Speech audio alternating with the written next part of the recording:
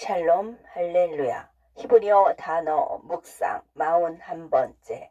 그 어려운 길. 에레미야 6장 16절.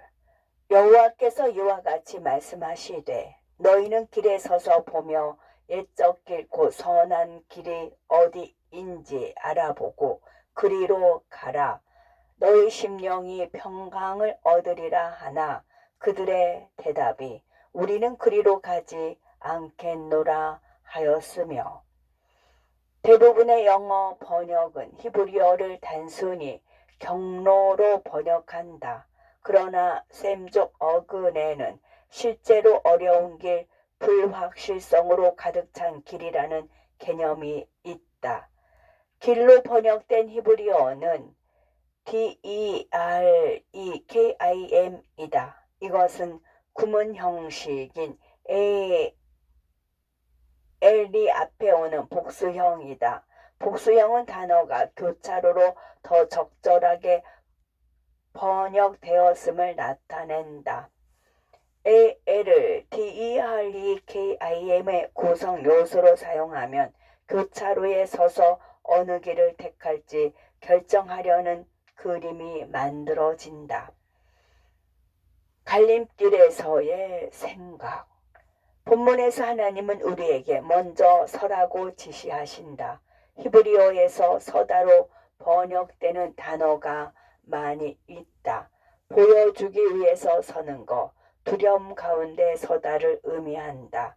일어나 서다를 의미하고 AMAM은 굳건히 서 있는 움직이지 않는을 의미한다. 그러나 이 구절에서 서다로 번역된 단어는 AMAD이다. 이는 생각하기 위해 일어서거나 멈춰서다를 의미한다. 그렇다면 당신은 갈림길에 직면했을 때 무엇을 생각하는가? AMAD의 철자는 AYIM, MEM, DALETH이다. AYIN은 하나님의 전지전능, 즉 모든 것을 알고 계심을 의미하며, MEM은 하나님께서 이 지식의 일부를 계시하심을 의미한다. DALETH는 그분의 임재에 이르는 문을 여는 것이다. 딜렉스. 그러므로 당신이 생각하는 것은 하나님에 대한 계시된 지식으로 당신을 그분의 임재로 가는 문으로 인도할 것이다. 다음으로 우리가 해야 할 일은 보라시라는 것이다. 이 단어는 RAAH이며 종종 분별력이나 애원자나 선견자처럼 영적으로 보는 것으로 간주된다. 이런 맥락에서 각 길의 끝에 무엇이 있는지 상상하려고 노력하거나 각 길을 택한 결과를 보고 있는 것처럼 보인다. 그런 다음 우리는 옛 길을 구해야 한다.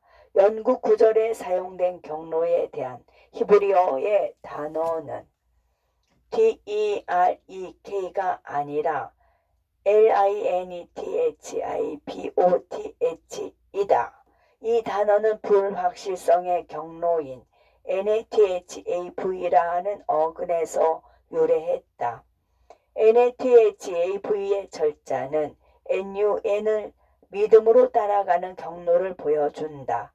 TAW는 이 경로가 신성한 인도를 따르고 있음을 가르쳐 준다. 그리고는 이 길이 우리를 하나님의 마음으로 인도할 것이라고 속삭인다. 오래된 또는 고대예로 번역된 히브리어 단어는 정말로 나의 관심을 끌었다. 그것은 OLAM인데 어근의 의미는 봉인된 숨겨진 비밀이다.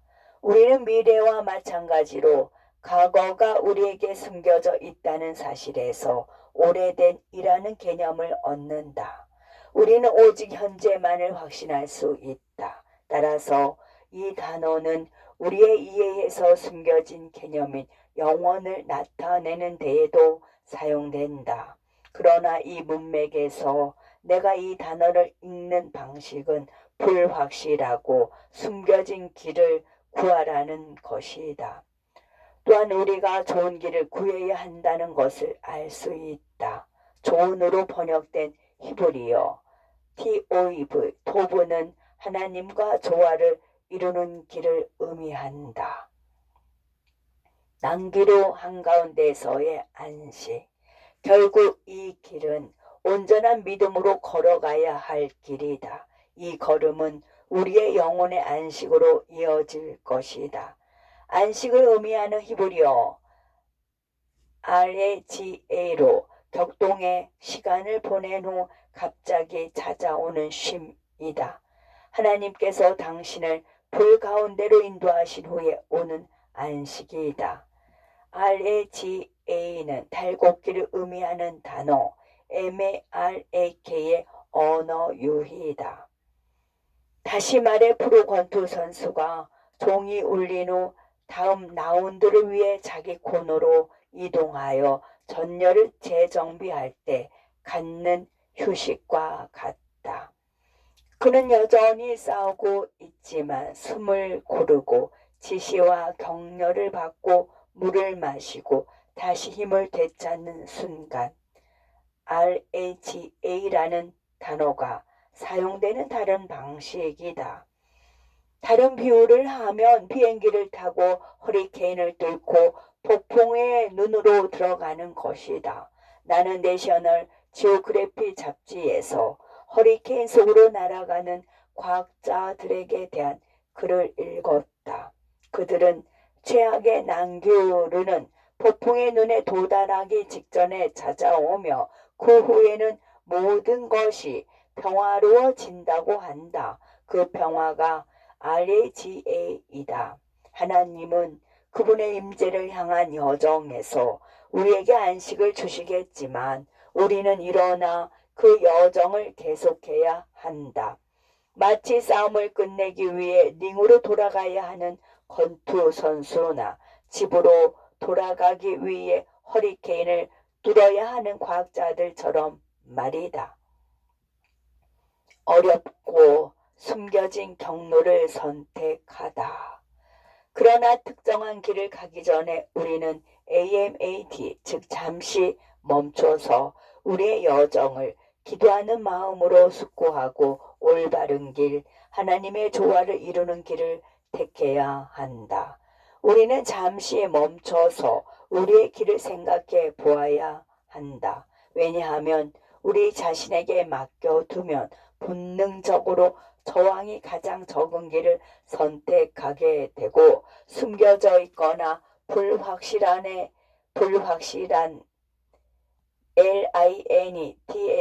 LINETHIBOTH의 길을 선택하지 않기 때문이다.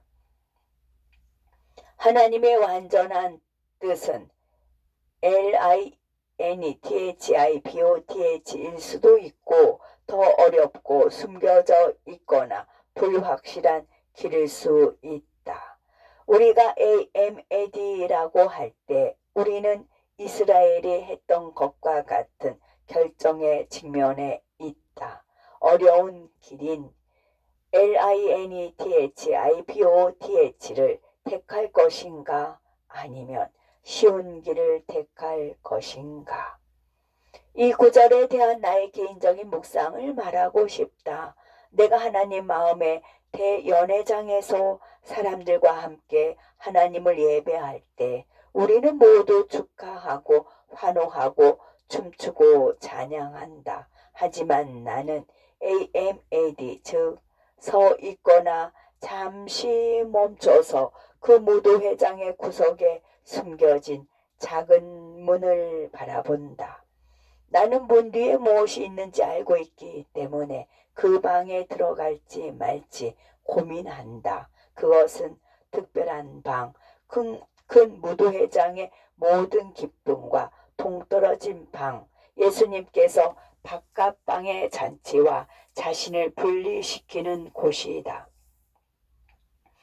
그것은 그분의 울부짖는 방으로 고통과 어려움에 처해 있어서 그분의 잔치의 기쁨에 동참할 수 없는 사람들을 위해 눈물을 흘리는 방이다.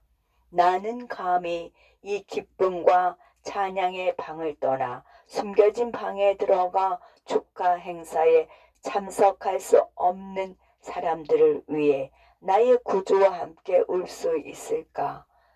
내가 감히 그분의 고통에 동참할 수 있을까? 나는 구주께서 느끼시는 고통을 짊어지고 그분이 사랑하시고 구원의 기쁨으로 인도하기를 갈망하는 사람들을 중재하기 위해 기꺼이 이방을 떠날 수 있을까?